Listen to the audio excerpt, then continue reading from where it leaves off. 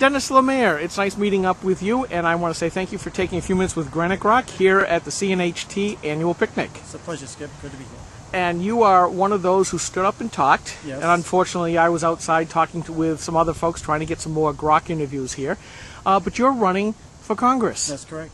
Which district? District 2, which is the western part of the state, from Keene and Nashua all the way up to the Canadian border.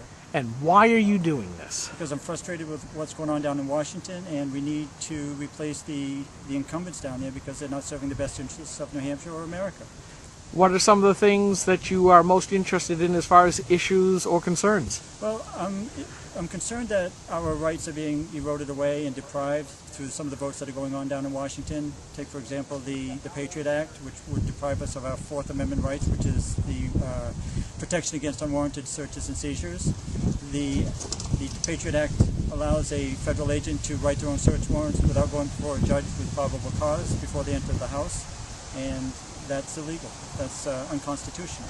Okay, that's one. Right. The National Defense Appropriation Act, Part 1020 and 1021, or 1021 and 1022, I should say, the ones that would deprive us of our constitutional rights also, where the President can arbitrarily declare anybody a combatant or a belligerent person against the government, and they could throw us away in Guantanamo without any recourse, without any phone call for a lawyer, any redress to government. We're just locked away and we have no rights. And that's giving up our Fifth Amendment rights there.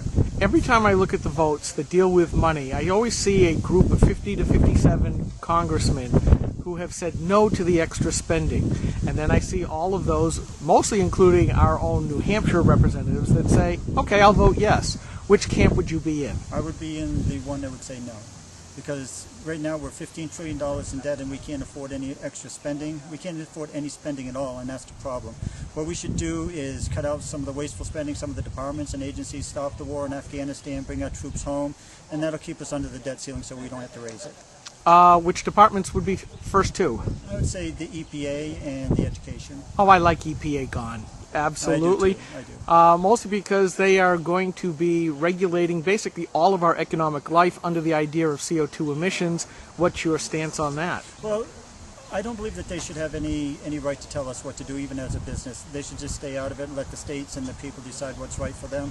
And also that the EPA is butting in on our property rights. And they're using part of it, the Agenda 21, which is the Sustainability and Development Act, which, again, is a UN issue that is trying to invade into our property rights and our private rights and our property rights.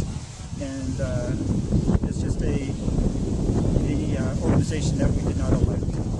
Absolutely. And what do you think of the idea of government trying to tell us, you need to live here, you need to live in this way, in this type of apartment or dwelling, here's what you're going to have for transportation, you will only eat certain foods or what have you, locally grown type foods. What's your sense of that? My sense is we tell the government what to do and not the government tells us what to do. So I would say that anything that would come up in that regard, I'm going to vote against, because the government has no right to tell us where to live, what to do, what to buy, and what to say. One last thing, because I think we're about to get poured on in just a moment. And Senator Rand Paul has put in a bill that says you will have on each bill just one subject, because he just got so upset about a bill that was hundreds of pages long just a couple of weeks ago, and it was voted on less than 24 hours later before they had the chance to read the bill, and it was just an amalgam of stuff.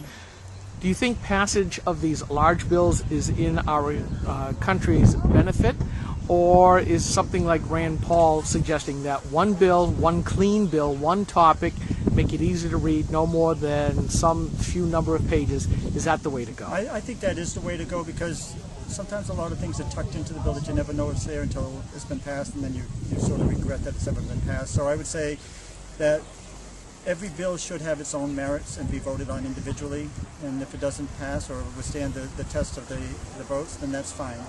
But I would say let's get to a one issue, one vote bill.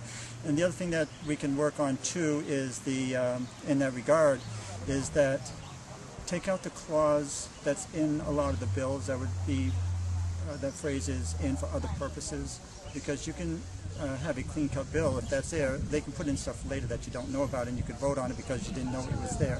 So take out that clause. Let's define what the bill is and vote on the bill as a clean bill. And if people want to reach you to ask more questions about your issues and stances, how would they do that? They can do that at my website at www.lamare2012.com. That's LAMARE2012.com. And my email address is dennis@lamare2012.com. Yeah, and there's the button.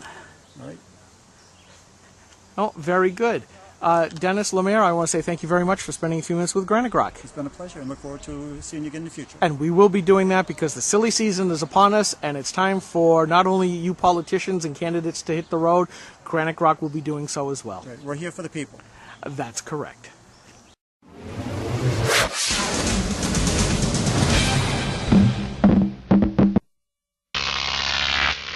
GrokTV.